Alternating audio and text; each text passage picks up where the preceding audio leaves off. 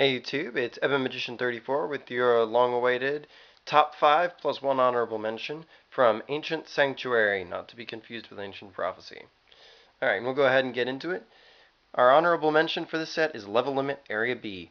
It's got dynamic stopping power. Even if they MST it or something like that, it already changes their positions to defense mode, which is important. And it can even let level 3 and lower, and nowadays Ixie's monsters kind of go through and attack and kill things because defense is not usually as good as the attack on most monsters that get run. And of course it's continuous, so until they get rid of it, it can lock them down for a very long period of time. This card's at 1 for a reason. It's just the immediate changing power and whatnot. The speed of a spell speed 1 over spell speed 2 in the trap form of Gravity Bind is important. Card number 5, and I gotta say something about Ancient Sanctuary before I go any further. Picking between the top 5 cards of the set, everything was it was really hard. It was harder than determining the order of the cards in Invasion of Chaos. These cards are all separated by like a hair's breadth. So like I say, it was kind of a tough call, a lot of judgment, but I think this is probably the best way to go. Card number 5 from Ancient Sanctuary, Legendary Jujitsu Master. On the downside, if your opponent chooses not to attack, he doesn't do anything. But he's pretty innocuous when he's set, and as soon as he flips face up, at no cost, he just sends the attacking monster back to the top of their deck, denying them a draw and denying them an important card on the field. And if it's something that came from their extra deck, a Fusion, a Synchro, an Ixie's monster, then it goes away for good. It just goes away to the extra deck, which is phenomenal. Of course, it doesn't work when he's in attack mode, which is kind of disappointing. But really, this 1800 defense guy has foiled many a deck, not the least of which are Gladiator Beasts, Black Wings, and so on. So anyway, he much deserves his spot in position number 5. He's quite a good card. Ranking number 4, Zaborg, the Thunder Monarch. This is for overall impact, mind you guys.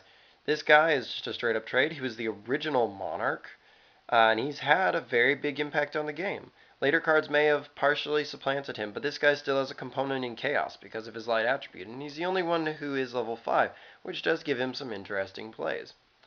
It's the fact that the only reason, in fact, that Zaborg ended up ranking over Jujitsu Master is this your opponent has to help you use. Zaborg, you can fire him automatically, just anytime you tribute him, so you don't have to wait for your opponent to play along, and he's more useful against more people in the long run. So it's a close call, but in the end, Zaborg gets it. Ranking in at number 3, Enemy Controller. If nothing else, it's going to change your position and act sort of like a Book of Moon, which isn't bad. But you can sack monsters, usually something like a token or Treeborn Frog or some such thing, to steal a monster from your opponent at no other cost until the end of the turn, which is quite nice. This card saw a lot of use in, say, frogs not too long ago, and if you want to play frogs these days, it's still very playable. But this card has had a long and successful career. I mean, if nothing else, a lot of decks just like to use it to change stuff's position. You can even use it to steal your opponent's monster to try to swing game. There are a lot of cool things you can do with it.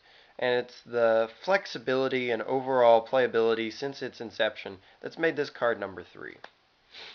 Ranking in at number 2, Beckoning Light. This card is all about quality over quantity. It's about options. The card is inherently a -1, but the power to change your entire hand into the light monsters of your choice, it was always a good effect.